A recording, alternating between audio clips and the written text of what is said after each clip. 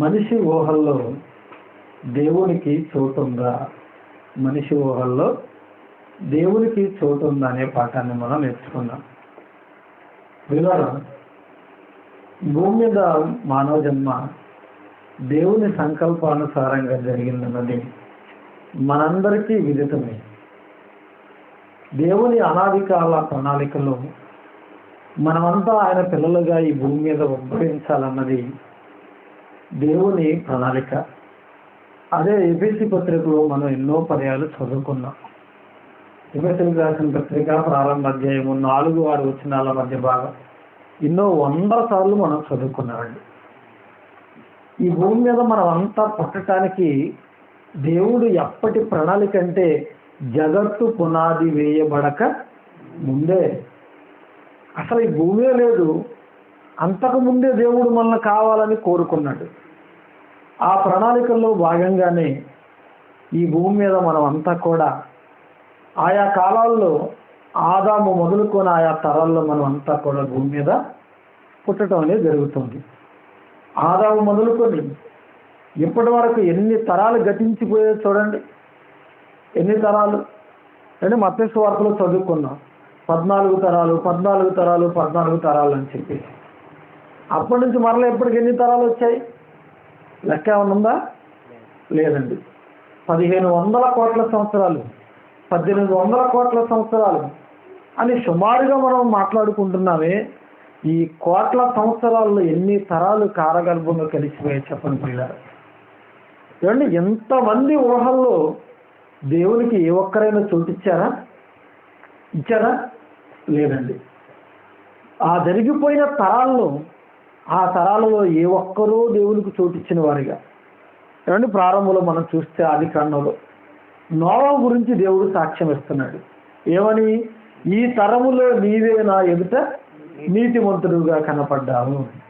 ఆ తరం అయిపోయింది. మరలా అబ్రహాం దగ్గరకు వచ్చాడు. ఆ తరములో అబ్రహాము.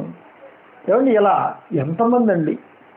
కోట్ల సంఖ్యలో వేళ్ల మీద లెక్కించగలిగినంత వారే నీతిమంతులుగా, దేవుని మనసును తెలుసుకున్న వారిగా, వారి ఊహల్లో దేవునికి చోటిచ్చిన వారిగా మనకు కనబడుతున్నారు.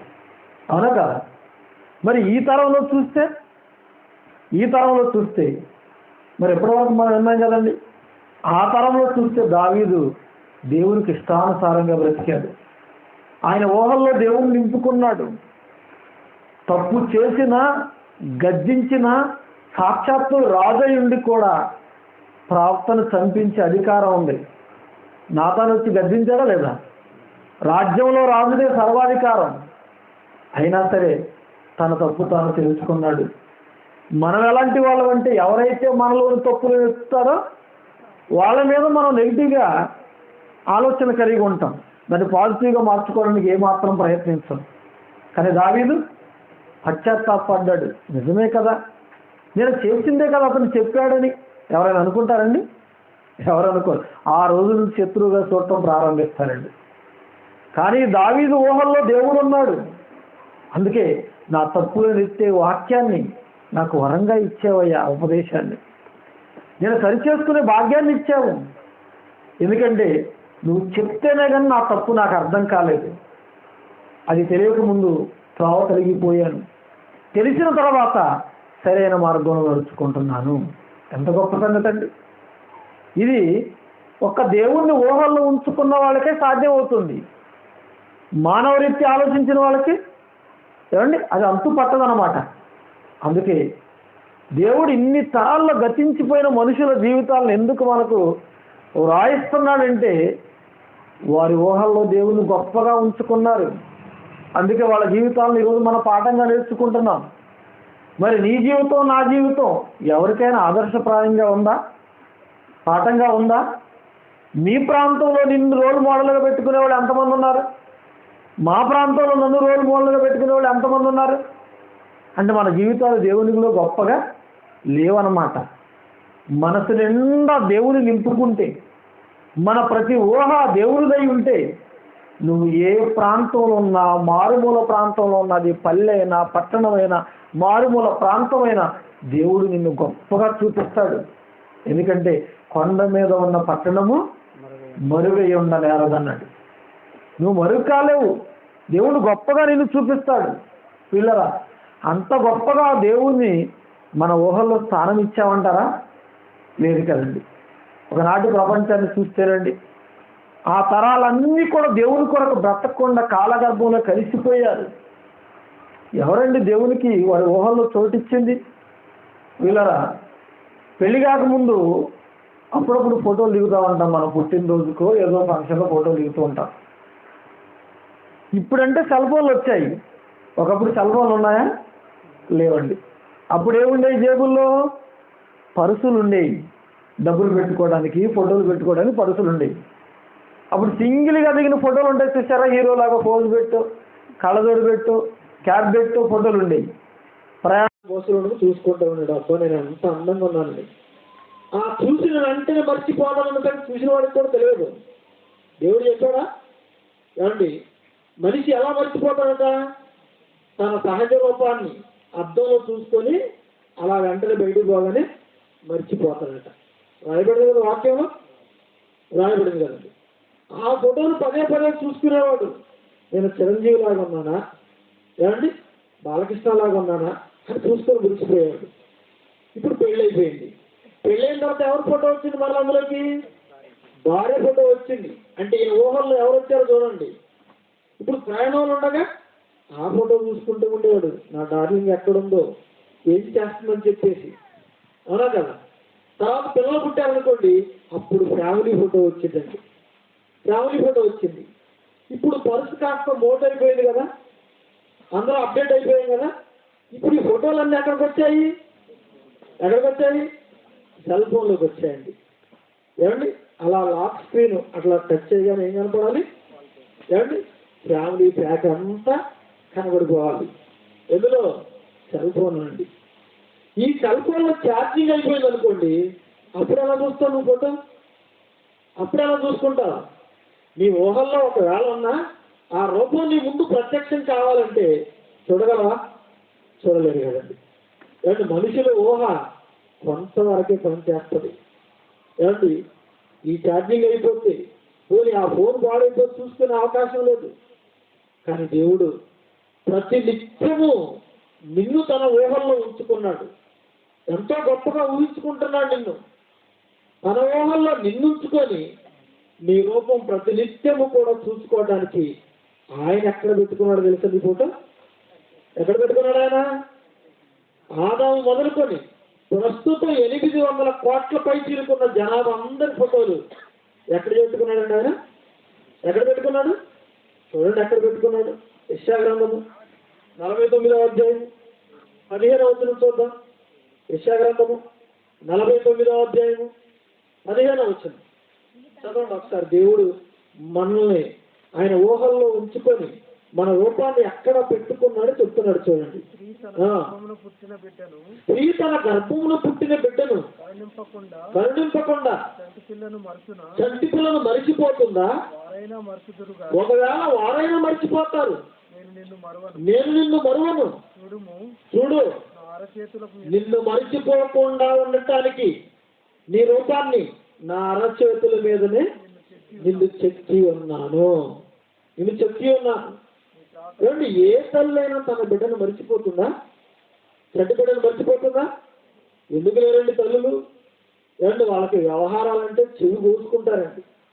ఆ వీధిలోనండి నలుగురు అమ్మలో అక్కడ కూర్చొని మాట్లాడుతున్నారు అనుకోండి, ఆ తంటి బిడ్డను కూడా ఉయ్యాల్లో పడేసి వెళ్ళిపోతుందండి.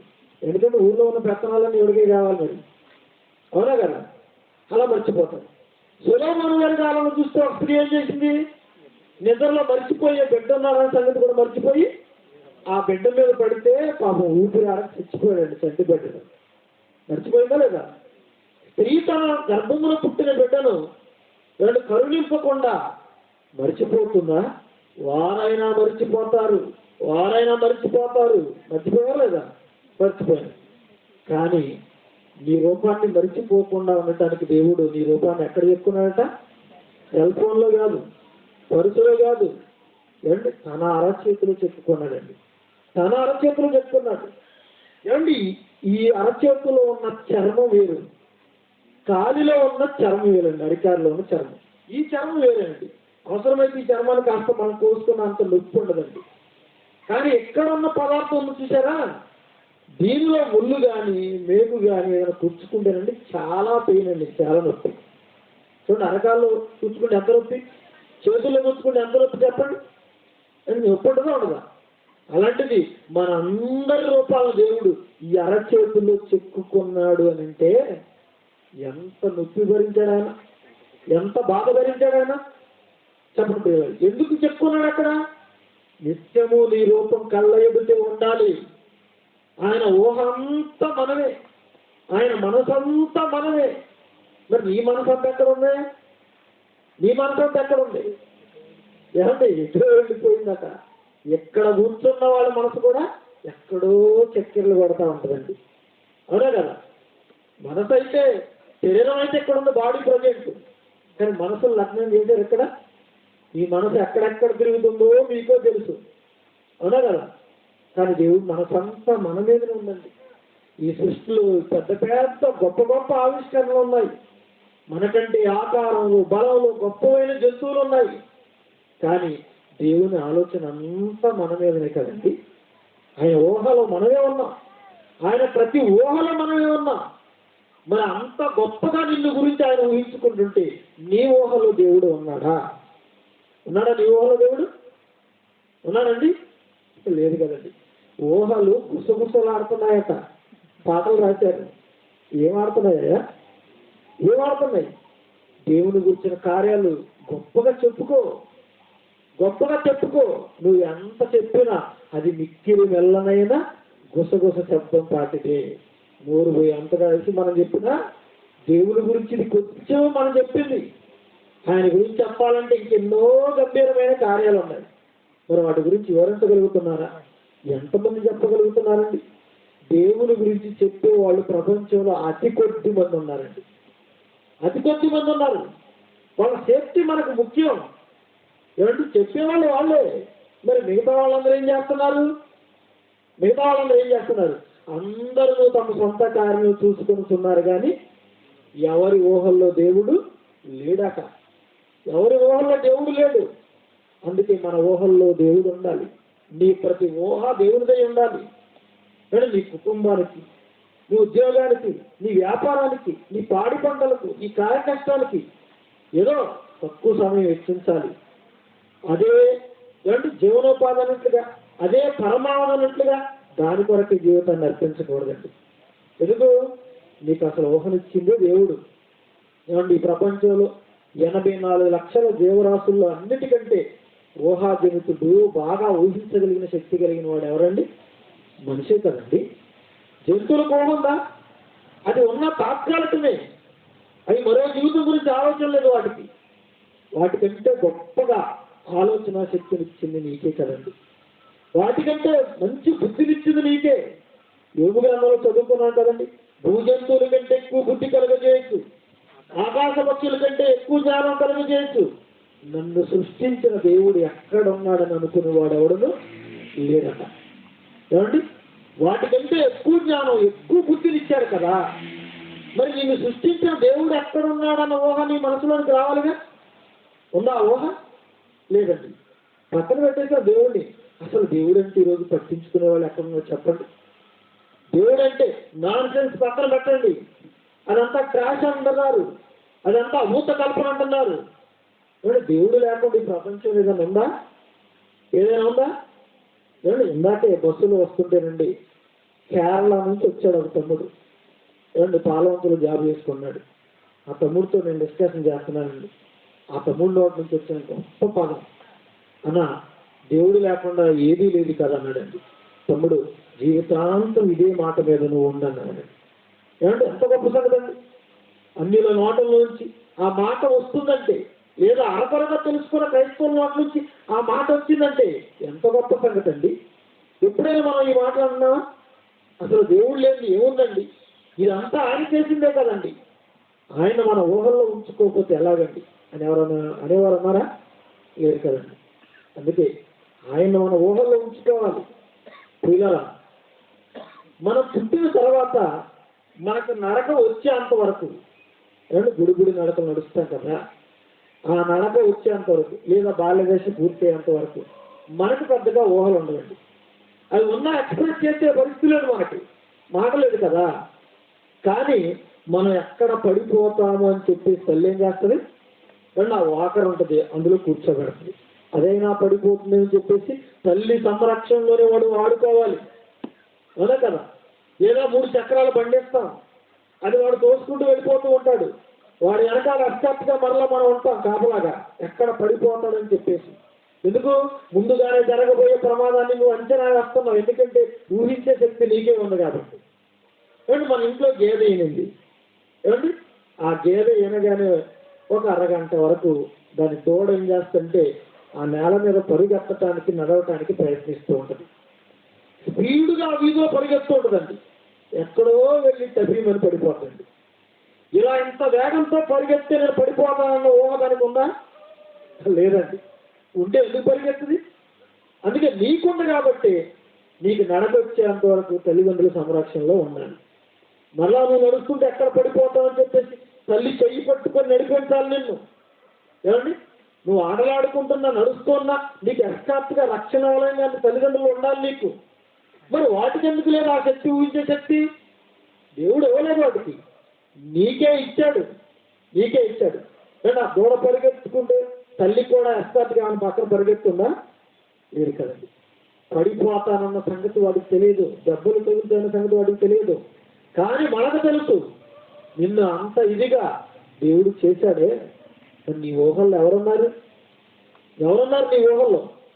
ఏంటి ఆదివారం రాగానే అలంకారప్రాయంగా బైబిల్ ఆ గుడ్డలకు కత్తుకుని వెళ్ళిపోతామండి మనం అంతా. అక్కడ వెళ్తున్నా బైబిల్ పెట్టుకొని. ఇప్పుడు ఎవరున్నారులేండి, బైబిల్ కూడా ఫోన్లోనే ఉందని చెప్పేసి ఆ ఫోన్ చక్కగా ఊపుకుంటూ వెళ్ళిపోతున్నారండి. బైబిల్ పట్టుకోవటం కూడా మోటు అయిపోయింది. అంటే బైబిల్ పట్టుకుంటే ఎక్కడ నామోషిగా చూస్తారని చెప్పేసి గిల్టీనెస్గా ఫీల్ అయ్యి చాలా మంది ఆదివారం చర్చికి వెళ్ళేటప్పుడు బైబిల్ కూడా తీసుకొని వెళ్ళని వారు ఉన్నారు. ముఖ్యంగా యవనస్తులు తీసుకెళ్తున్నారా? ఏంటి ఎక్కడ తీసుకెళ్తున్నారు చెప్పండి పిల్లలు, ఎక్కడ తీసుకెళ్తున్నారు?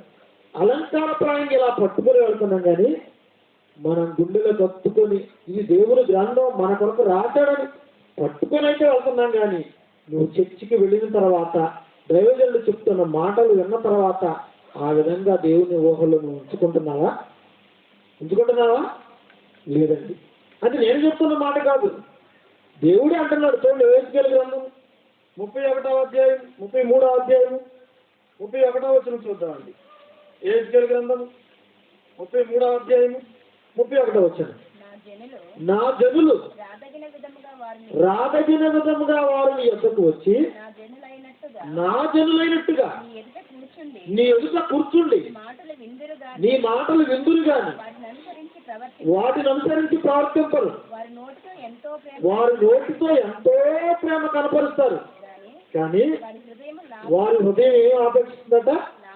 లాభం అపేక్షిస్తుంది. నీవు వారికి వాద్యము బాగుగా వాయిస్తూ మంచి స్వరము కలిగిన గాయకుడుగా ఉన్నావు, కానీ వారు నీ మాటలు వింటారు కానీ వాటిని అనుసరించి నడుచుకున్నారు.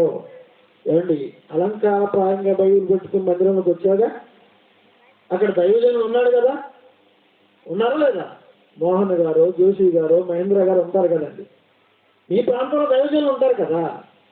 వస్తున్నావు, ఎలా వస్తున్నావు? రాదగిన విధంగానే వస్తున్నావు. అయ్యగారు చర్చి మీద బైక్ పెట్టి ప్రకటన చేయగానే వస్తున్నావు, బైబిల్ పట్టుకొని. ఏదో కానుక తీసుకొని వస్తున్నావు, ప్రథమ ఫలాలు తీసుకొని వస్తున్నావు, దశభాగాలు తీసుకొని వస్తున్నావు, మొత్తానికి దేవునికి ఏదో చేయాలన్న ఆలోచనతో వస్తున్నావు. రాదగిన విధంగానే వస్తున్నావు, దేవుని ప్రజ అయినట్టుగానే కూర్చుంటున్నావు. మరి ఆయన ఏం చెప్తున్నాడో వినవా నువ్వు? వింటున్నారా? వినుటకు చెవులు ఎవరికైనా నుండి లేవడా వాడు వినుగాక. ఏదో విన్నట్టుగా నటిస్తున్నాను. అంటే దైవజనుడు చెప్పింది వింటున్నావు, కానీ అసలు ఎప్పుడైనా ఆ మాటల ప్రకారం ప్రవర్తించాలన్న ఆలోచన నీకుందా? అంటే నువ్వు వినడం లేదనమాట. వారు చెవులతో మందంగా వింటున్నారన్నాడు కదండి, క్లారిటీ లేదు. ఏదో వింటున్నావు, ఏదో ఆకారం పుష్టి నైవేద్యం నష్టానట్లుగా వచ్చి కూర్చున్నావు అంతే, కానీ వినటం లేదు. విన్నట్టుగా యాక్షన్ చేస్తున్నావు, నటిస్తున్నావు అంటే వినటం లేదు. వింటే ఏం చేయాలి? ఆ మాటలు నీ ఊహల్లో ఉంటే ఏం చేయాలి? మనసులో వాటి ప్రకారం నడుచుకోవాలా వద్దా? నడుస్తున్నారా? అంటే దైవజనుడు చెప్పిన ప్రకారం ఎంతమంది నడుస్తున్నారు? 100% ఎంతమంది నడుస్తున్నారు? ఆ దైవజనుడు చెప్పే వాక్యంలో చెవులకి ఎలా ఉందట? ఇంపుగా వాయించే వాక్యాలు ఉంటాయి చూసారా? సన్నాయి మేళలాగా అలా ఉన్నట్టు బ్యాండ్ మేళలాగా. ఏమండి? బ్యాండ్ మేళలో ఉందట. వారి నోటితో ఎంతో ప్రేమ కనపరుస్తున్నారట. దేవుని దగ్గరకు వస్తున్నారు. స్తుతి, స్తోత్రం, ఆమేన్, హల్లెలూయా. దేవుడు అలాంటి వాడు, ఇలాంటి వాడు. ఏమండి? మంచిగా దేవుడు పొగుడుతున్నారు. కానీ అంత పొగుడుతున్నంత ఇదిగా మీ హృదయానికి స్థానం ఉందా? లేదండి. ఇది ఎలాగే ఉంచండి. ఇప్పుడు మరొక మాట చూద్దాం. చదవబడిన లేఖన భాగం చూడండి. యెషయా 29వ అధ్యాయము 13వ వచనం.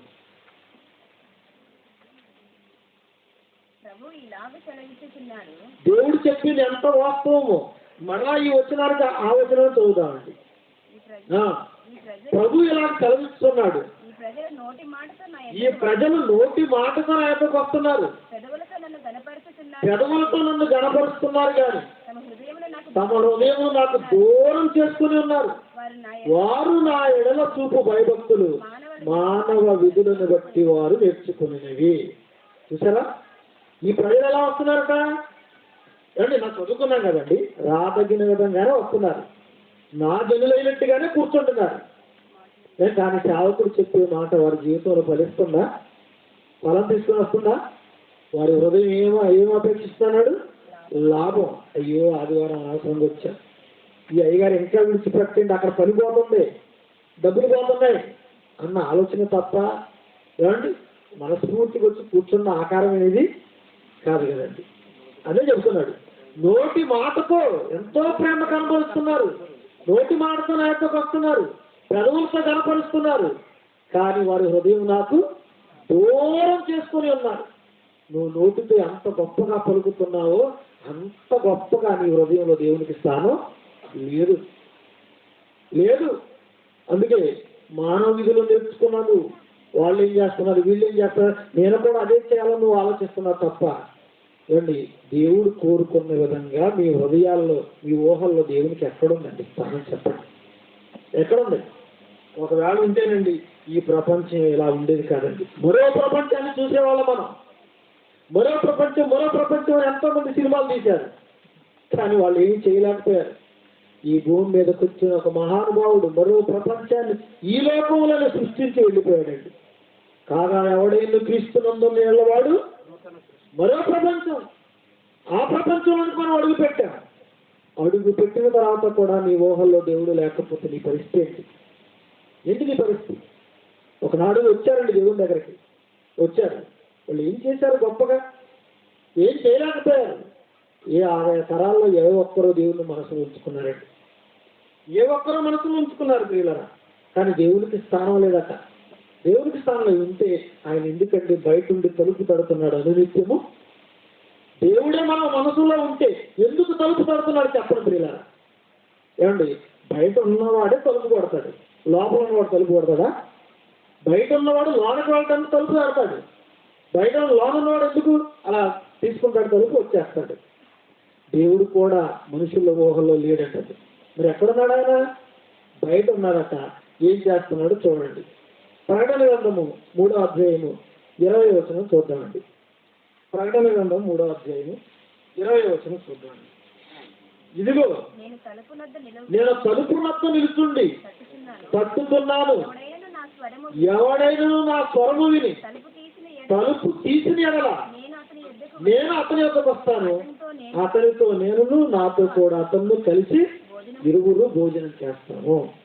పిల్లరా, ముందు తలుపు తీయలేని మనుషులు తలుపులు వేసేస్తున్నారు. అందరూ కూడా దేవుణ్ణి ఎవరు ఆహ్వానించటం లేదండి. వారి ఇళ్లలోనికి ఎవరు ఆహ్వానించట్లేదు.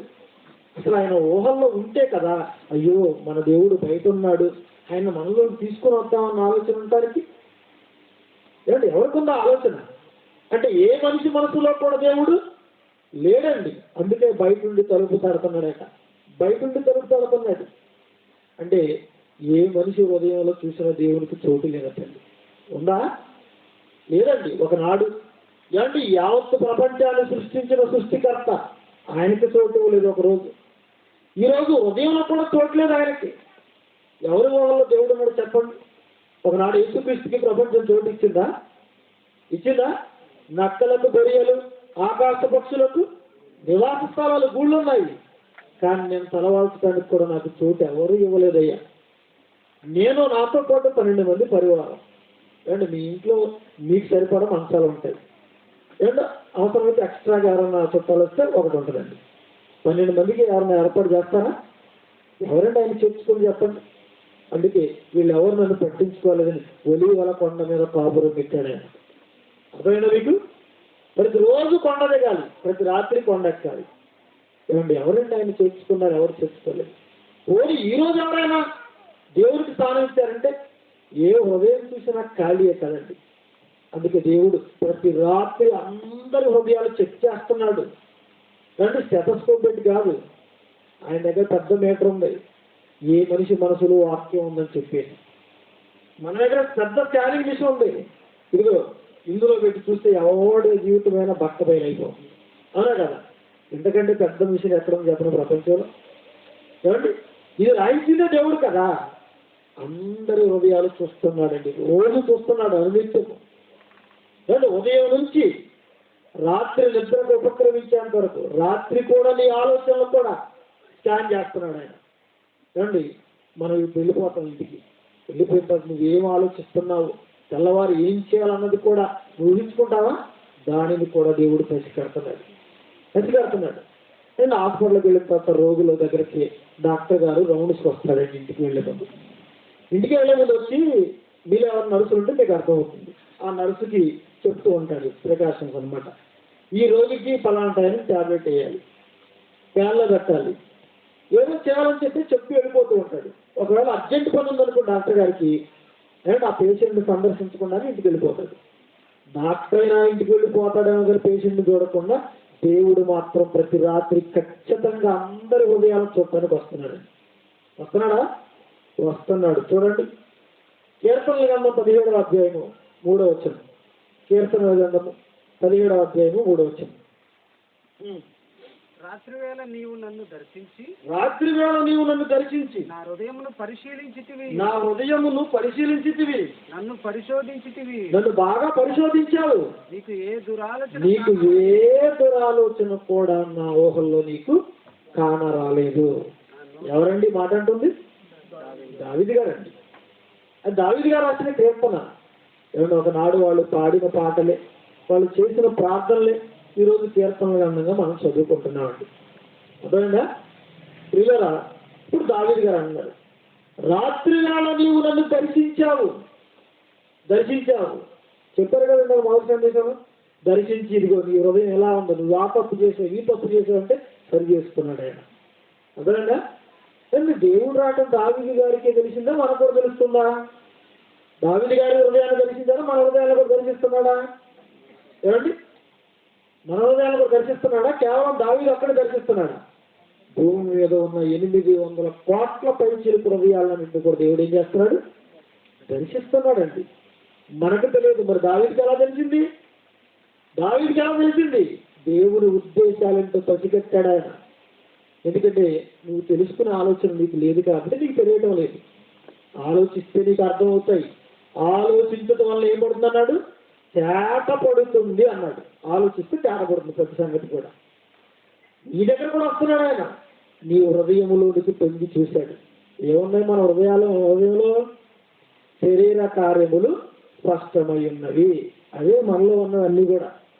వ్యభిచారము, దొంగతనము, నరహత్య, భేదములు, ఏమండి కామాతురత, ఇవే ఉన్నాయి మనలో. కానీ దావీదు హృదయంలోనట ఏ దురాలోచన లేదట. అంత శుద్ధంగా ఉందట దావీదు హృదయం.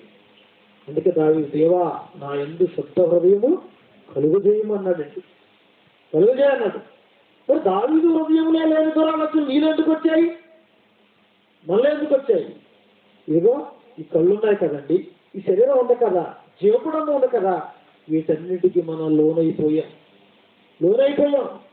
అందుకేనండి ప్రతి దానిని కోరుకోవాలని కన్ను కోరుకుంటుంది. చూచుట వలన కన్ను తృప్తి పొందడం లేదట. భద్రాచలం వెళ్ళిపోతే అన్నీ మనకే కావాలి. పక్కనున్న పాలం చెల్లిపోతే అవి మనకే కావాలి. ఈ కంటికి తృప్తి లేదా? లేదు కదండి. ఏది చూస్తే దాన్ని ఆశిస్తుందండి. ఈరోజు నీ కన్ను చూసిన దాన్ని నువ్వు కోరుకున్నా కదా, నీకంటే ఎక్కువగా కన్నుతో చూసి ఆశించి వాటన్నిటిని సాధించుకొని ఇవన్నీ వేస్ట్ అని చెప్పిన మనిషి సాక్ష్యం చెప్పినా కానీ ఈ మనుషులు మారటం లేదండి. ఎవరండి? మనకంటే ఎక్కువగా ఆశించిన దాని ప్రకాన్ని చేసుకుంది పొందుకుంది ఎవరండి? సొలొమోను కదండి. ప్రసంగి గ్రంథంలో చదువుకున్నాం కదా, నా కన్ను ఆశించిన దేనినైనా నేను ఏమండి దాన్ని దక్కించుకోకుండా ఉండలేదని చెప్పాడు కదండి. అంతకంటే గొప్ప సాక్ష్యం ఎవరు చెప్పగలరండి?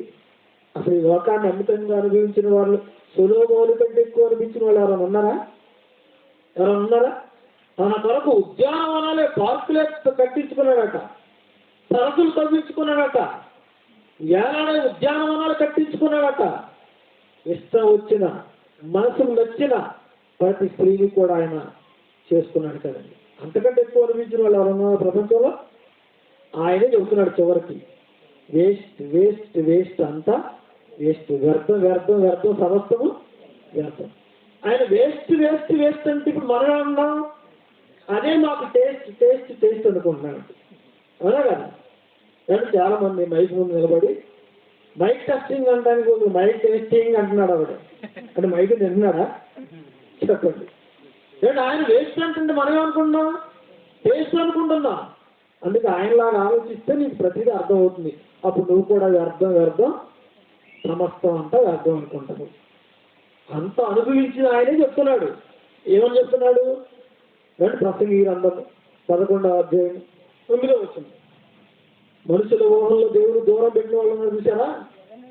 ఏమండి వాళ్ళ గురించి చెప్తున్నాడు. ఎవరుడా? ప్రసంగి గ్రంథం 11:9. ఎవరుడా? నీ యవ్వన మందు సంతోషపడము, నీ యవ్వన కాలములో నీ హృదయం సంతుష్టిగా ఉండనిమ్ము, నీ కోరిక చొప్పునను నీ దృష్టి యొక్క ఇష్టము చొప్పునను ప్రవర్తించు. అయితే ఏమండి ఏమండి యాడ్లు మొత్తం రాసిన తర్వాత గోడ మీద ఎక్కడో ఆ చివరిన చిన్న అక్షరాలతో రాస్తాడు. ఏమని? Conditions apply. అంటే ఏంటి? షరతులు వర్తిస్తాయి. ఇప్పుడు జీవితం అంతా అనుభవించి జీవిత సారమంతా రంగరించి చెప్తున్నాయి ఈయన. ఎవరైనా? ప్రసంగి సొలొమోను గారు. ఈయనకంటే గొప్ప ప్రసంగం చేసిన వాడు ఎవరు ఉన్నారు ప్రపంచంలో? ఎవరు ఉన్నారా? ఆయనే చెప్తున్నాడు, ఒరే నా జీవితం అంతా వేస్ట్ అయిపోయింది, ఇదిగో ఎంతో అనుభవించాలనుకున్నాను, ఇప్పుడు బుద్ధి వచ్చింది కాబట్టి మీకు చెప్తున్నాను, మీరు ఈ జాగ్రత్తలు పాటించండి అని చెప్తున్నాడు. ఏమని? మీకులాగా నాది కూడా ఉరకలు వేసే రక్తమే, నేను కూడా యవ్వనంగానే ఉన్నాను. అప్పుడు నా తల్లి చెప్పినా నేను వినలేదు. చెప్పిందా తల్లి? అంటే సామెతల గ్రంథం 30లో చదువుకున్నాం కదండి. అంటే రాజైనాలేమో ఎవరు చెప్పిన మాటలు ఏమని చెప్తుంది? నీ బలమును స్త్రీలకు ఇచ్చుము నా కుమారుడా. ఏమండి? రాజులను నశింపజే స్త్రీలతో సాంగత్యం చేయవద్దు ఏమండి చెప్పింది కదండి తల్లి. నా మొక్కులు మొక్కుకొని కలిగిన నా కుమారుడా చెప్పిందా లేదా? సొలొమోనుకి ఎందుకంటే అంత జాగ్రత్తగా చెప్తుంది? సొలొమోను కంటే ముందు ఒకడు చచ్చిపోయాడు. చచ్చిపోయాడా లేదా? చచ్చిపోయాడా? అందుకే ఇక దావీదు గారు ఏమంటే వారం రోజులు ఉపవాసం ప్రార్థన చేశాడు. చేశాడా లేదా? చేశాడు. ఇప్పుడు ఇతనికంటే ముందు ఆవిడ చనిపోయాడు. బిడ్డ చనిపోయాడా అని అడిగాడా లేదా? వీళ్ళు గుసగుసలు ఆడుతుంటే చనిపోయాడని చెప్పగా అప్పుడు లేచాడు, స్నానం చేశాడు, తలకు నూనె పెట్టుకున్నాడు, భోజనం తీసుకురండి అన్నాడు. మన పిల్లలు చచ్చిపోతే అలా అంటామా మనం? అనగలమా మనం? చూడండి, అలాంటిది పిల్లరా ఇవో సొలొమోను పుట్టక ముందు ఒకడు చచ్చిపోయాడని తల్లి చెబుతుంది. ఒరే నువ్వు ఎలా పుట్టావు నాకు తెలుసా? నేను మొక్కుకున్నాను ఎన్నో మొక్కులు, నేను వరవడిగాను దేవుణ్ణి, ఒక వరపుత్రుడిగా పుట్టావు, అలాంటిది ఎందుకు రెండు పనులు చేస్తున్నావు? నీకంటే ముందు ఒకడు చచ్చిపోయాడురా, నువ్వు మంచిగా బ్రతకరా అని చెప్పేసి చెప్తుందండి దావీదు గారు ఈ సొలొమోను గారు. అలాంటి సొలొమోను ఇస్తున్న స్టేట్మెంట్ ఇది. ఏమని? ఎవరుడా నీ యవ్వన కాలం ముందు సంతోషపడు, నీ యవ్వన కాలం ముందు నీ హృదయం సంతుష్టిగా ఉండనిమ్ము, నీ కోరిక చొప్పున నీ దృష్టి యొక్క ఇష్టం చొప్పున ఏమంటే ప్రార్థించు. అయితే వీటన్నిటిని బట్టి దేవుడు నిన్ను తీర్పులోనికి తెచ్చునని జ్ఞాపకం ఉంచుకున్నానండి. ఏమంటే అన్నీ చెబుతాం మనం, కానీ అని అంటామండి. కానీ అంటే ఏంటి? అక్కడే ఉంది పెద్ద గోని, అది అర్థం చేసుకోవాలి. ఏమంటే అన్నీ చెప్తాం, ఏమండి ఇది మీదండి, అది మీదండి, ఇది వాడుకోవచ్చు, అది వాడుకోవచ్చు, కానీ అన్నామంటే అక్కడ షరతులు వర్తిస్తాయన్నమాట. ఇప్పుడు దేవుడు కూడా అది చెప్తున్నాడు, ఇదిగో వీటన్నిటి చొప్పున నువ్వు నడుచుకో. ఈ వాక్యాన్ని చాలా మంది క్రైస్తవులు కూడా పిక్నిక్ టయాల్లో ఆటల పోటీలు పెట్టుకున్నప్పుడు రాసుకున్నారు, వాటి గురించి కాదు దేవుడు చెప్పింది, అవునా కదా? నీ ఇష్టం చొప్పున నడుచుకో, కానీ నీ ఊహ, నువ్వు ఊహించే దాన్ని బట్టి ప్రతిదీ చేస్తున్నావు కదా, నీ ఊహలు తప్పు అవుతాయి. జాగ్రత్త, నువ్వేం చేస్తున్నావు ఆలోచించుకో. వీటన్నిటిని బట్టి దేవుడు ఒక రోజు నిన్ను తీర్పులోనికి తీసుకొని వస్తాడు. ఆ తీర్పులో నువ్వు దోషిగా నిలబడితే నీ పరిస్థితి ఏంటి అని చెప్తున్నాడండి. రెండు సొలొమోను ఎన్నో బాధలు పడి, ఎన్నో శ్రమలు అనుభవించి, ఏమంటే ఎన్నో విధాలుగా తప్పులు చేసి బుద్ధి వచ్చిన తర్వాత రాస్తున్న సామెతలు, ప్రత్యేకించి ఎస్పెషల్లీ ఈ సామెతలు ఎవరి కోసం రాశాడు? సామెతలు మొదటి గ్రంథాలు మనం చదువుకున్నాం కదా. ఏమంటే యవ్వనులకు తెలివి కలిగించు, యవనస్తులకు తగిన సామెతలు అన్నది. ఇప్పుడు సామెతల గ్రంథం అంతా ఎవరికి రాయబడింది? యూత్కండి, యవనస్తులకి. ఎందుకంటే సొలొమోను కూడా యవనంలో ఉన్నప్పుడు ఎన్ని తప్పులు చేశాడో ఆ తప్పులు మీ యవన జీవితంలో దొరలకుండా ఉండటానికే ఈ గ్రంథాన్ని రాశాడండి. అంటే యవనస్తుల కోసం ప్రత్యేకించి రాయబడిన గ్రంథం ఏది? సామెతలు. చదవండి బాగా, ఇంటికి వెళ్ళిన తర్వాత. ఏమంటే ఉరకలు వేసే వయసు, ఏమంటే పలుపు రాయిని తొక్కితే ఎన్ని మొక్కలు అవ్వాలట? 16 మొక్కలు అవ్వాలట. ఇది తొక్కి చూడండి ఒకసారి. నేను తొక్కాలరా? ఎవడో అంటాడు పనికి మాలినవాడు, వాడి మాటకి తొక్కావనుకో నీ కాళ్ళు పోతాయి, నీ జీవితం వేస్ట్ అయిపోతుంది. అందుకే సొలొమోను గారు, ప్రతి ఒక్కరి ఊహల్లో దేవుడు ఉండాలి. ఈ ఊహల్లోంచి దేవుడు తొలగిపోయాడా, తప్పిపోయారా, మీ పరిస్థితి ఎలా ఉంటుందో చెప్తున్నాడు. చూడండి, సామెతల గ్రంథము చూద్దామండి. యవనస్తుల జీవితం ఎలా ఉంటుందో చెప్తున్నాడు. 5వ అధ్యాయము ప్రారంభవచనం నుంచి. సామెతల గ్రంథం 5వ అధ్యాయం ప్రారంభవచనం నుంచి. నా కుమారుడా, నా జ్ఞానోపదేశం ఆలకింపు, వివేకము గల నా బోధకు చెవియొక్కుము. అప్పుడు నీవు బుద్ధి కలిగి నడుచుకుందు, తెలివిని బట్టి నీ పెదవులు మాటలాడును. జారస్త్రీ పెదవుల నుండి తేనె కారును, దాని నోటి మాటలు నూనె కంటను నునుపైనవి. దాని వలన కలుగు ఫలము ముషిని కొండంత చేదు, అది 2 అంచులు గల కత్తి అంత పదును గలది. ఎవరు చెప్తున్నారండి? యవనస్తులకి. అబ్బో నేను యవనంలో ఉన్నాను, కండం తిరిగి ఉన్నాయి, 6 ప్యాక్, బలం ఉంది అని పరుగులెత్తకు. దేవుడు చెప్పిన మాటలు చదువుకొని నీ ఊహల్లో దేవునికి చోటు కల్పించు. బుద్ధి కలిగి నడుచుకో, దేవుని జ్ఞానోపదేశం నేర్చుకో. రండి, జారస్త్రీ ఉండు ఛాయలకు పోవద్దన్నాడా? జారత్వముకు దూరంగా పారిపోన్నాడా? యోసేపు పారిపోయాడు కదండి. ఈ మాటలు తెలిసినా మరలా నీ హృదయం నిన్ను మోసపుచ్చుకుందా? చదువు ఒక్కసారి. దాని వలన కలుగు ఫలం ఏంటట? ముషిని పండంత చేదు అన్నాడు. తెలుసా ముషిని పండు ఎప్పుడు చూసారా? మొన్న మానవలస సెమినార్లో నుండి చాలా మంది ప్రిన్సిపాల్కి ముషిని పండు తినిపించానండి నేను. వీలైతే మరోసారి మీ ప్రాంతం వచ్చినప్పుడు తీసుకుని వస్తారు పండు. ప్రపంచంలో అంతకంటే చేదైన వస్తువు మరొకటి ఉండదండి. అంటే ఇప్పుడు ఈడుగు జీవితం కూడా ఏమైపోయింది? చేదైపోయింది. ఎవరికి పనికిరాదు. చేదు వస్తే ఎవరికి కావాలి చెప్పండి? మీరు ఏమైనా కావాలా? అవసరం లేదు కదండి. జంతువులు కోసినప్పుడు అందులో చేదు ఉంటుంది, తీసి పక్కన పారేస్తారు. ఒకవేళ అది బ్లాస్ట్ అయిందా మాంసం తినలేదు, చేదైపోతుంది, అవునా కదా? అందుకే జాగ్రత్తగా దాన్ని ఖండిస్తూ ఉంటారు, ఎవరు చేస్తూ ఉంటారు, అవునా కదా? నీ జీవితం కూడా చేదైపోతే నిన్ను ఎవరు తెచ్చుకుంటారు?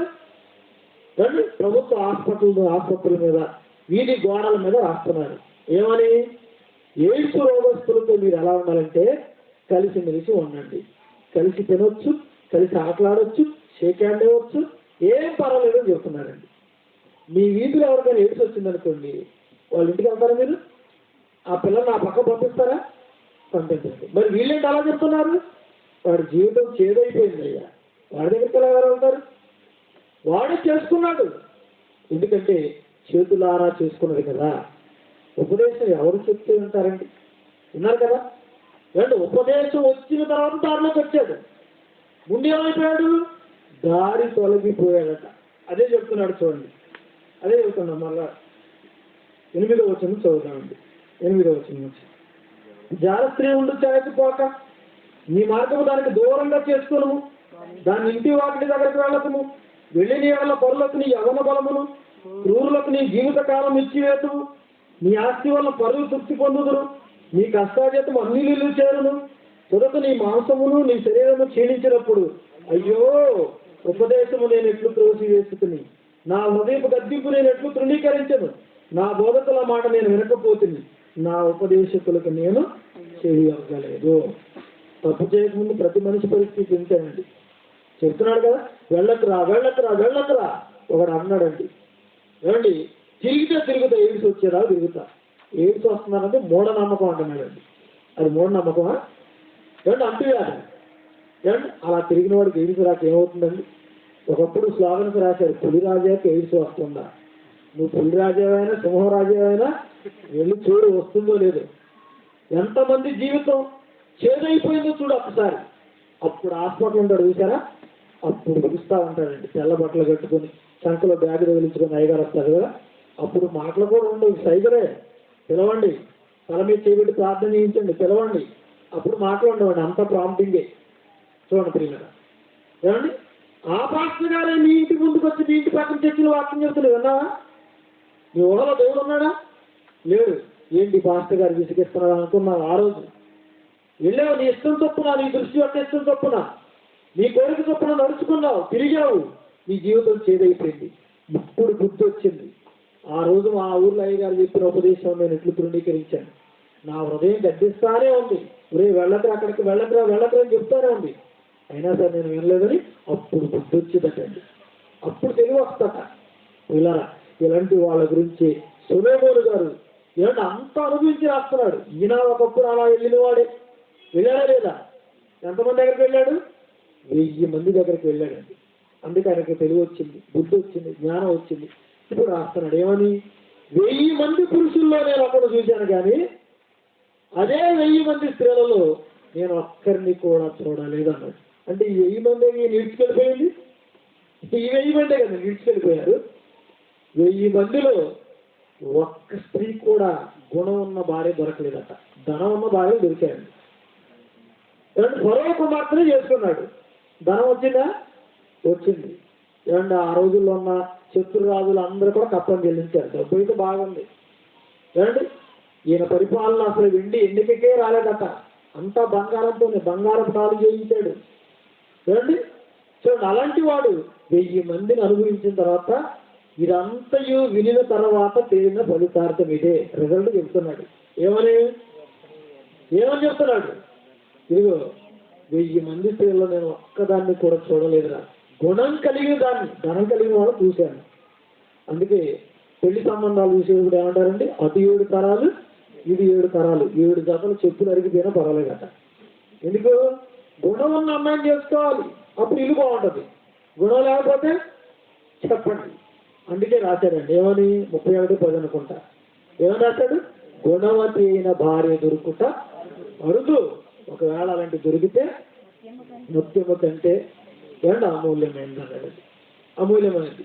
మొన్న ఈ మధ్య ఆల్బేనియా దేశం ఒకడు జైలుకి వెళ్ళి వచ్చాడండి. వాడు పేపర్లో స్టేట్మెంట్ ఇచ్చాడు, న్యూస్లో. ఏమని తెలుసా? ఏమని స్టేట్మెంట్ ఇచ్చాడంటే, రెండు భార్యతో పోరు భరించలేక గొడవ జరిగి జైలు పాలయ్యాడు. ఇప్పుడు ఆడు జైలు కాలం ముగిసింది, విడిచిపెడుతున్నారు. విడిచిపెడుతున్నారు. నీ కాలం అయిపోతుంది, నువ్వు ఇంటికి వెళ్ళమంటే వాడు అన్నాడు, అయ్యా మీకు దండం పెడతాను, నన్ను ఇంటికి పంపించకండి. ఏమైందంటే భార్య వద్దు, జైలే ముద్దు అన్నాడు. ఎందుకు అన్నమాట అన్నాడు?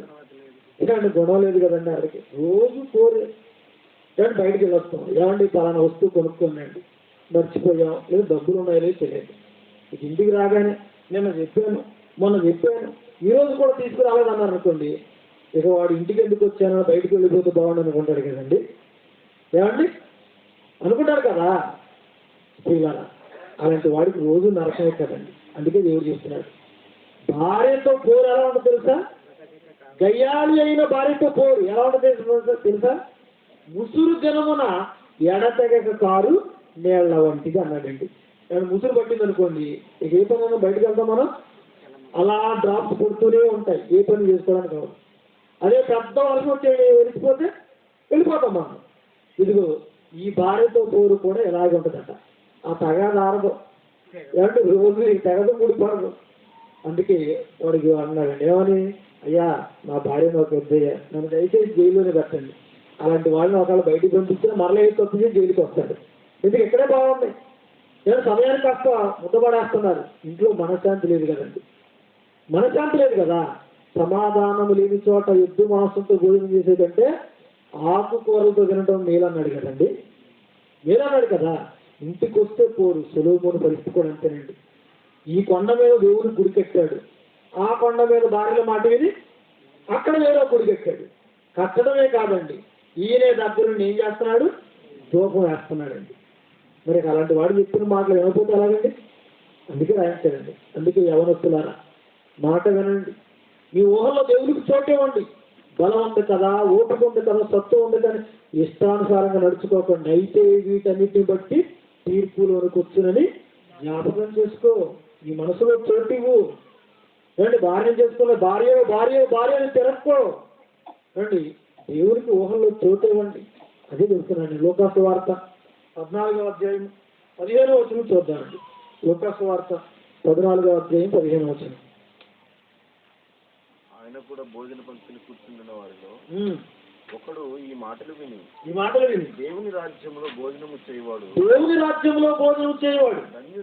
ధన్యుడని ఆయనతో చెప్పగా ఆయన వారితో ఇట్లా అన్నాడు, ఒక మనుషుడు గొప్ప విందు చేయించి అనేకులను పిలిపించాడు. ఇందు కాలమందు అతడు ఇప్పుడు సిద్ధమై ఉన్నది రండని పిలువబడిన వారితో చెప్పుటకు తన దాసులను పంపించాడు. అయితే వారందరి ఏకమనసుతో నెపములు చెప్పసాగిరి. మొదటివాడు, నేను ఒక పొలం కొన్నాను, దాన్ని చూడాలి అన్నాడు. నేను 5 జతలు ఎట్లను కొన్నాను. మరొకడు, వాటి పరీక్షించి వెళ్తున్నాను. మూడవవాడు, నేను ఒక స్త్రీని వివాహం చేసుకున్నాను, అందుచేత నేను రాలేనన్నాడు. ఇలా అసలు మనుషులకు దేవుడు వివాహం ఎందుకు జరిపిస్తున్నాడు? ప్రతి పెళ్లి ప్రసంగంలో చెప్తున్నారు కదండి. పోనీ ఆ రోజు వినే అవకాశం లేదు, యానివర్సరీ రోజు చెప్తున్నారు. నీకు భార్య సాటి అయిన సహాయంగా ఇవ్వబడిందంటే నువ్వు ఆమెను తోడుగా ఉంచుకొని ఎక్కువ పని చేయాలి. అందుకే కదండి వివాహం దేవుడు చేశాడు. చూడండి, సాటి అయిన సహాయం అన్నాడు. అవును, నీకు సాటి అయిన సహాయకురాలుగా నువ్వు చేసే పనిలో పాలి భాగస్తురాలుగా దేవుడు ఇచ్చాడు. ఇప్పుడు నువ్వు ఆవిడ కలిసి ఎక్కువ పని జరగాల, అసలు పనే పాడైపోవాలా? చెప్పండి. చాలా మంది పెళ్లి చేసుకున్న వాళ్ళు ఉన్నారు. చూడండి, పెళ్లి కాకముందండి ఇలాంటి సెమినార్ జరుగుతుంటే వచ్చి కుర్చీలు వేస్తాడు, సౌండ్ సిస్టమ్ పెడతాడు, లైట్లు పెడతాడు, స్టేజ్ డెకరేషన్ అన్నింటిలో అతనే కనపడతాడు. ఇక 3 ముళ్ళు వేసాడో చాలండి, ఇక చర్చికి రాడు, సెమినార్లో కనపడ్డాడు, ఎక్కడ కనపడ్డాడు. ఏంటి తమ్ముడు అంటే ఈ కారణాలు ఏముండవండి. ఇక చూడండి, కంటికి కనపడితే వద్దు. మా దగ్గర కూడా అలాగే జరిగే చాలా మంది విషయాలు. చూడండి, పెళ్ళి అయితే ఎక్కువ పని చేయాలి, కానీ పెళ్లి చేసుకున్న తర్వాత తగ్గిపోతున్నారండి, వెనకబడిపోతున్నారు. పరీక్షలు రాసేవాళ్ళు లేరు, వాక్యం చెప్పేవాళ్ళు లేరు. వీళ్ళని చూడండి, దేవుని పని ఎక్కువ జరగాలి. ఇప్పుడు ఒక విందు ఏర్పాటు జరుగుతుంది. సహజంగా మన గ్రామంలో కూడా పెళ్లి జరుగుతున్నా, ఏమైనా ఫంక్షన్ జరుగుతున్నా ముందు ఆ ప్రాంతంలో ఒకటి పిలిచేవాడిని పంపించి ఏం చేస్తాం మనం, ఫలానా వాళ్ళ ఇంటి దగ్గర భోజనాలు ఉన్నాయి, మీరు ఎవరు వండుకోవద్దు అని చెప్తానండి. ఇప్పుడు ముందుగా అది ప్రకటిస్తారనమాట.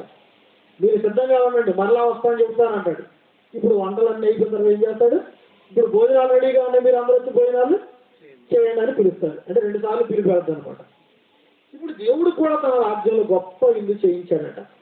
అంటే దేవుని రాజ్యంలో భోజనం చేసేవాడు ధన్యుడు కదా, ఆ భోజనానికి రావాలి కదా. ఎందుకంటే ఆ భోజనం ఏంటి, మనకు తెలిసిన పాఠమే కదా, ఆదివారం రొట్టె ద్రాక్షారసం తీసుకోవాలని. అదే దేవుడు మనకి ఇస్తున్న విందు, భోజనం. ఆ విందులో ప్రతి ఒక్కరూ పాల్గొనాలి. వస్తున్నారు ఆదివారం, ఆబ్సెంట్ పెడుతున్నారా? ఎంతమంది అండి ఆబ్సెంట్ అయ్యేది? ఇదిగో దేవుని వాక్యం విందు సిద్ధమైంది. రెండంటే ఒకడు ఏం చెప్తున్నాడు, మొదటివాడు నేను ఒక పొలం కొన్నాను, వెంటనే ఆ పొలం కొనాలి. అంటే పొలం ఎక్కడికైనా పారిపోతుందా? రండి, భూమి ఎక్కడే ఉంటుంది కదండి. భూమి పుట్టినది మొదలుకొని ఎక్కడే ఉంది, ఎక్కడికైనా వెళ్ళిపోయిందా? ఎక్కడ కలదు. మనుషులు మారుతున్నారు తప్ప భూమి ఎక్కడే ఉంటుంది, ఎక్కడికి వెళ్ళదు. వాడు దాన్ని చూడాలంటున్నాడు. కానీ ముందు చూసుకుంటాడని చూడకూడదని అంటాడా? చూసే కదండి కొనేది. మరి కొన్న తర్వాత చూడాలన్నాడు ఏంటి? అది నెపం అన్నమాట. నెపం చెప్తున్నాడు తప్పించుకోవడానికి. నేను రాని భోజనానికండి. ఇంకొకడు 5 జతల ఎడ్లను కొన్నాను అన్నాడు. వాటిని పరీక్షింప వెళుతున్నాను అన్నాడు. అంటే వ్యవసాయానికి సెంటిమెంట్ ఉంటుందండి. ఎద్దులు ఉంటాయి చూసారా? ఆ ఎద్దుల శరీరాల మీద ఏమైనా మచ్చలు ఉంటే కొనండి, వ్యవసాయానికి పనికిరాదని పక్కన పడేస్తారు. అంటే కొనే ముందే పరీక్ష చేసుకుంటారు కదా, కొన్న తర్వాత ఎవడ పరీక్ష చేస్తాడా? వీడు కూడా నెపమే చెబుతున్నాడు. మూడోవాడు వచ్చాడు. మూడోవాడు ఏం చెబుతున్నాడు? నేను ఒక స్త్రీని వివాహం చేసుకున్నాను, పెళ్ళైందే నాకు, ఇప్పుడు నేను ఎలా రాగలను అంటున్నాడు. ఏ పెళ్ళైతే రావా? పెళ్ళైతే రావా? కొత్తగా పెళ్ళైన జంటను చూడండి ఏం చేస్తారు? తన భార్యను ఊరందరూ చూపించాలని చెత్తా పట్టాలు వేసుకుని ఏం చేస్తాడు? భార్యతో సతీ సమేతంగా వచ్చి ఏం చేస్తాడు? ఇందు భోజనం చేసి అక్కడ పిలవన్న వాడిని కూడా పిలిచి పలకరిస్తూ ఉంటాడు, తన భార్యను పరిచయం చేస్తూ ఉంటాడు. మరి వీడేంటి పెళ్ళైంది నేను రానంటున్నాడు అంటే? వీళ్ళందరూ ఏక మనసుతో చెప్తున్న నప్పులు ఏంటి? ఏ విందు? దేవుని రాజ్యం ఇచ్చే విందు ఏంటి? వాక్యం అనే విందు. ఒట్టే ద్రాక్షరసం దానికి రావట్లేదండి ఆదివారం. ఏమండి పెళ్లి భోజనం అంటే తప్పించుకొని పోయి వెళ్ళారని ఉంటారా? పొలం ఎక్కడ పోతుందండి, భోజనం చేసే వెళ్తానంటాడు. ఎదురు ఎక్కడ పోతే చేసే వెళ్తానంటాడు. భార్యతో కలిసి వస్తాడు. కానీ వీళ్ళందరూ ఏక మనసుతో రామని చెప్తున్న ఆ విండేది దేవుని కార్యక్రమాలకు రాకపోవటం. దేవుని కార్యక్రమాలకు రాకపోవటం. కానీ ఈరోజు తిన్నారని ఎంతో మంది పాంప్లెట్లు పెంచారు, ఫోన్ చేసి చెప్పారు. వచ్చారు? అందరూ వచ్చారా? రాలేదు. రండి ఆదివారం ఆరాధన జరుగుతుంది, రేపు వస్తారందరూ? వాళ్ళు రాదు. ఎందుకు? ఏక మనసుతో నెప్పులు చెప్పిన వారి ఊహల్లో దేవుడు లేడండి, లేడు. అందుకే తమ హృదయములు నాకు దూరంగా చేసుకుని ఉన్నారు, పెదవంతలను కనపడుతున్నారు, నోటి మాటతో నాయకు వస్తున్నారు, కానీ వాళ్ళు పలికినంత ఘనంగా వాళ్ళ హృదయంలో నాకు స్థానం లేదు. లేదండి. ఏ మనిషి హృదయాన్ని చూసినా ఏమున్నది గర్వకారణం. ఏ మనిషి ఊహల్లో దేవుడు లేడన్నది వాస్తవం కదండి. అందుకే పిల్లల నీ హృదయంలోని దేవుడికి చూస్తుందా? లేదా లోకంలో తిరుగుతూ ఉందా శరీరాశ, నేత్రాశ, జీవపడంబాలు? ఏమండి అందరూ అనుసరించే నీతి మనం అనుసరించకూడదండి. పెదవులతో ఘనపరచరు, నోటి మాడతా ఎందుకు రావటం ఎవరి నీతి? అది ఎవరి నీతి అండి? అది లోక నీతి, శాస్త్రులు పరిచయాల నీతి. అది శాస్త్రులు పరిచయాల నీతి కంటే మీ నీతి ఏమన్నాడు? అధికము కాని ఎడల మీరు పరలోకానికి వెళ్ళరన్నాడు. ఇప్పుడు మన నీతి ఎలా ఉండాలి? నోటితో ఉల్లవించేటట్లు ఉండాలా? ఉల్లవేసేటట్లు పెదవులతో ఉచ్చరించేటట్లు ఉండాలా? హృదయంలో ఆయనకు చోటు కావాలా? ఎలా ఉండాలి మన నీతి? ఏమండి అందుకే ఏ మనిషి ఊహల్లో కూడా దేవుడు లేడండి. అందుకే అందరూ సొంత కార్యాలు చూసుకుంటున్నారట, దేవుడి కార్యాలు ఎవరు చూడటం లేదు. ఏమండి ఆ దేవుడి దగ్గరికి ఎవరండి వస్తున్నారు? ఆ దేవుడి స్థానంలో మరొక దేవుడిని తెచ్చిపెట్టుకుంది ప్రపంచం అంతా. ఆ దేవుడికే మొక్కుతున్నారండి, ఆ దేవుడికే నైవేద్యం, ఆ దేవుడికే పూజలు. ఏ దేవుడు ఆ దేవుడు అంటే మీకు తెలిసిన దేవుడే, మీలో ఉన్న దేవుడే. ఏ దేవుడు ఆ దేవుడు? ఫిలిప్పీలకు రాసిన పత్రిక 3వ అధ్యాయము 19వ వచనం. ఫిలిప్పీలకు రాసిన పత్రిక 3వ అధ్యాయము 19వ వచనం. నాశనమే వారి అంతము, నాశనమే వారి అంతము, వారి కడుపే వారి దేవుడు, వారి కడుపే వారి దేవుడు. వారు తాము సిద్ధపడవలసిన. చూసారా? ఏ దేవుడు వచ్చాడంట? ఆ దేవుడు స్థానంలోనికి కడుపు దేవుడు వచ్చాడండి. ఏమండి దేవుడికి దండం పెట్టకపోయినా పర్వాలేదట, కడుపుకి అన్నం పెట్టకపోతే ఊరుకుంటాడా ఈ దేవుడు? ఊరుకుంటాడా?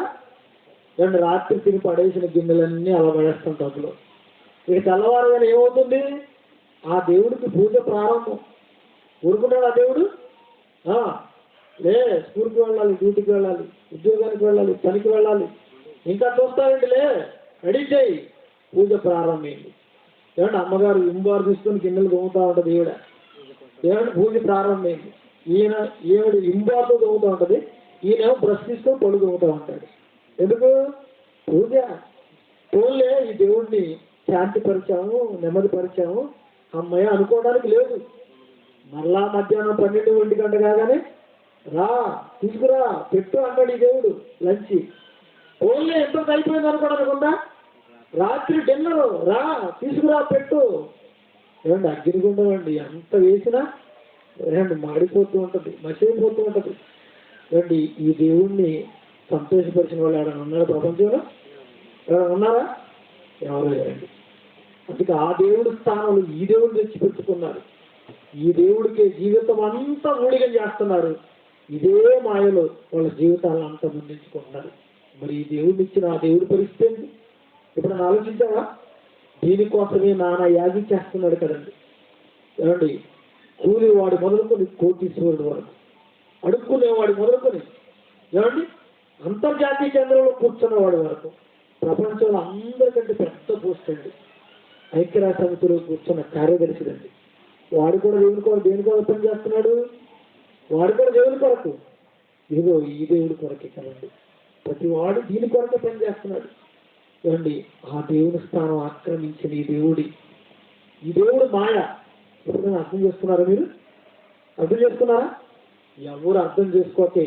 ఏమండి, ఆదాము పుట్టినది మొదలుకొని యేసుక్రీస్తు రెండోసారి వచ్చేంత వరకు అందరూ ఇదే మాయలో పడి చచ్చిపోతున్నారండి. ఏమి తిందుమో అని ఈ దేహమును గుర్చేయను, ఏమి తాగుదమో అని మీ ప్రాణమును గుర్చేయను, ఏమి ధరించుకుందుమో అని మీ దేహమును గురించి చింతించకండి అన్నారా? కానీ మనం దీని గురించే చింతండి. 100 రూపాయలు చీరే కదండి, ఒళ్ళు కప్పుకోవడానికి అది చీర. 10,000 రూపాయల చీర అవసరమా? ఏమండి, 100 రూపాయలు 200, ఒక 500 ప్యాంటు షర్టు, 10,000 రూపాయలు అవసరం ప్యాంటు షర్ట్కి అంటే ఈ లోకాన్ని అమితంగా అనుభవించాలనుకున్నావా? నీకంటే ముందుగా అనుభవించిన సొలొమోను అంతా విడిచిపెట్టి అర్థం అన్నప్పుడు ఆ మాత్రం చదువుకున్నప్పుడు నీకు అర్థం కావట్లేదా? జలప్రాణులు ఎందుకండి అంతమందిని చంపేశాడు? అంతమంది ఎందుకు చంపాడు చెప్తున్నాడు చూడండి. మత్తయి సువార్త 24వ అధ్యాయం 37వ వచనం. మత్తయి సువార్త 24వ అధ్యాయం 37వ వచనం. నోవహు దినముల్లో జరిగినట్టు నోవహు దినములు ఎలాగుండెనో మనుష్య కుమారుని రాకడలో కూడా అలాగే ఉంటుంది. నోవహు దినముల్లో ఎలా ఉందంటే జలప్రళయానికి ముందరి దినముల్లో చెప్తున్నాడు. జలప్రళయానికి ముందరి దినముల్లో నోవహు ఓడలోనికి వెళ్ళి దినము వరకు వారు తినుచు త్రాగుతూ పెళ్లి చేసుకొచ్చు పెళ్లికిచ్చుతూ ఉండి జలప్రళయం వచ్చి అందరినీ కొట్టుకొని పోయే వరకు ఎరుగకపోయిరి. ఏమండి, నోవహు ఓడ కడుతున్నాడు. సుమారుగా 100 సంవత్సరాలు పైనే పట్టింది వాడ నిర్మాణం. వాడ కడుతున్నాడు, సువార్త ప్రకటిస్తున్నాడు. పిచ్చివాడు ఎక్కడ వాడ కట్టుకుంటున్నాడు ఏంటి అనుకున్నారు వాళ్ళందరూ. కానీ నీళ్ళు ఎక్కడికే వస్తాయన్న సంగతి వాళ్ళకి తెలియదు కదండి. ఏమంటే ఆకాశపు తూములు ఇప్పాడు, అగాధ జలపు ఊటలు ఇప్పాడు. ప్రచండమైన వర్షం 40 దినాలు కురిసిందండి. వాడ తేలిపోతూ ఉంది. ఏమంటే అలా కాళ్ళ మీదుగా నీళ్లు పైకి ఎగబాగుతున్నప్పుడైనా ఒక్కడికైనా అర్థం కావాలా వద్దా? నోవహు గారు ప్రకటించారు. అప్పటికీ వారి ఊహల్లో దేవుడు రాలేదండి. అప్పటికి వారి ఊహల్లో దేవుడు లేడు. ఏమండి, అలా నీళ్లు పైకి ఎగబాక్కుంటూ వస్తున్న సమయంలో కూడా ఏం చేస్తున్నారట? తింటున్నారట, తాగుతున్నారట. పెళ్ళిళ్ళు జరుగుతున్నాయా? పెళ్ళిళ్ళు జరుగుతున్నాయి. ఇస్తున్నారు, చేసుకుంటున్నారు. ఇల్లు కూడా కడతానే ఉన్నారు. కరోనా వచ్చింది కదండి మొన్న 3 సంవత్సరాలు. కరోనాలో కూడా పెళ్ళిళ్ళు జరిగాయా? జరిగాయి. ఇంత కరోనా వచ్చి మహమ్మారి దేశాలకు కొట్టుకుపోతుంటే ఈ సమయంలో వీడికి పెళ్లి అవసరమా? వీడి పెళ్లి వాళ్ళ సాగుకు వచ్చినట్టు పెద్దవాళ్ళు అంటారు కదా, ఎంకి పెళ్లి సుబ్బు సాగుకు వచ్చిందని. ఈ పెళ్లిలో నుండి కరోనా ఉన్నవాడు ఎవడో వచ్చి ఏమండి ఆ ఏ వస్తువులు పుట్టుకున్నాడు. ఇప్పుడు ఆ వస్తువులు అందరికీ వేయాలి కదండి. అందరికీ కరోనా వచ్చింది. ఇప్పుడు పెళ్లి అవసరమా చెప్పండి. ఎంతమంది చచ్చిపోయారు? ఆ పెళ్లికి వెళ్ళాలి, తినాలి, త్రాగాలి. పెళ్లి చెప్తే అందరూ వెళ్ళిపోయారు. దీనికి మాత్రం నెప్పులు చెప్పినవాడు ఎవడో లేడు. చెప్పారా? కరోనా పెళ్లి చెప్పినా వెళ్ళిపోయాడు. మరి దేవుడు పిలిస్తే నేను పెళ్లి చేసుకున్నాను అంటాను. మరి అంటోడు సావు రావద్దా? ఈ భూమి మీద నాశనములు కలుగు చేసేది దేవుడని కీర్తన గ్రంథంలో రాశాడు. ఏ నాశనమైనా జరిగిందంటే, ఏ ఉపద్రవం వచ్చిందంటే దేవుడు దానికి కారణం. పెట్టవాలని ఎవరు పడతారు చేస్తుంది దేవుడు కదా. 2010లో అమెరికాలో ఒకడు కేసు వేశాడండి దేవుడి మీద. ఏమని? భూమి మీద జరుగుతున్న విపత్తులన్నింటికి దేవుడే కారణం అని కేసు వేశాడు. ఈడో పిచ్చివాడు అనుకుంటే ఆ కేసు జడ్జి ఏమన్నాడంటే దేవుడికి అడ్రస్ లేదన్న కేసు కొట్టేసామని ఆ పిచ్చివాడు అన్నాడు. దేవుడికి అడ్రస్ లేదా? దేవుడి అడ్రస్ ఇక్కడే ఉన్నాయా? నా గురించి తెలియాలంటే అబ్రహాముని అడగండి, ఇస్సాకుని అడగండి, యాకోబుని అడగండి. ఈ భూమి మీద నా అడ్రస్ పుష్కలంగా ఉంది. ఏమండి అంత కరోనాలో కూడా పెళ్ళి అవసరం అంటారా? ఏమండి మంత్రాలు చదువుతున్నాడు పంతులు గారు, వీడేం చేస్తున్నాడు, అమ్మాయి వీడియో కాల్లో కనపడుతుంది, ఈ సెల్ ఫోన్కి తాళి కడుతున్నాడు. ఆన్లైన్ మ్యారేజ్ అంట. చూడండి చూసాను అలాంటిది ఎంత.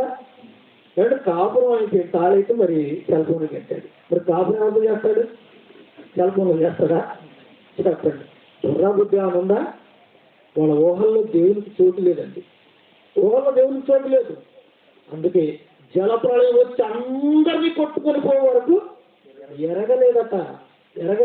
ఎందుకు చంపారు అంతమందిని? జలప్రళయంలో ప్రపంచాన్ని తుడిచేశాడు. సుధోమోహంలో అగ్ని గంధకాలతో ఆ ప్రాంతాలను తుడిచేశాడు. సునామీలో 2,50,000 మంది తుడిచేశాడు. హైటీ భూకంపం, గుజరాత్ భూకంపం, మన టర్కీ భూకంపం, సిరియా భూకంపం, ఏమంటే రీసెంట్ గా మన తైవాన్లో ఏమండి బహుళ అంతస్తుల భవనాలు పేక మేడల్లా కూలిపోవడం చూశాం కదండి. ఎందుకు చంపారు వాళ్ళందరినీ? వారి ఊహల్లో దేవునికి చోటు లేదు. ఇశ్రాయేలుకు కూడా అరణ్యంలో దేవునికి చోటు ఇవ్వలేదు. వారి శవముల అరణ్యములో రాలిపోయి అన్నాడు కదండి. ఎంత చరిత్ర తెలిసిన తర్వాత కూడా నీ ఊహల్లో దేవునికి చోటు అయిపోతే నిన్నేం చేయాలి? మనల్ని కూడా రాలి చేస్తాడు దేవుడు, నాశనం చేస్తాడు. అందుకే ఇకనైనా మిగిలిన జీవిత కాలంలో దేవునికి చోటు ఉండి మీ హృదయాల్లో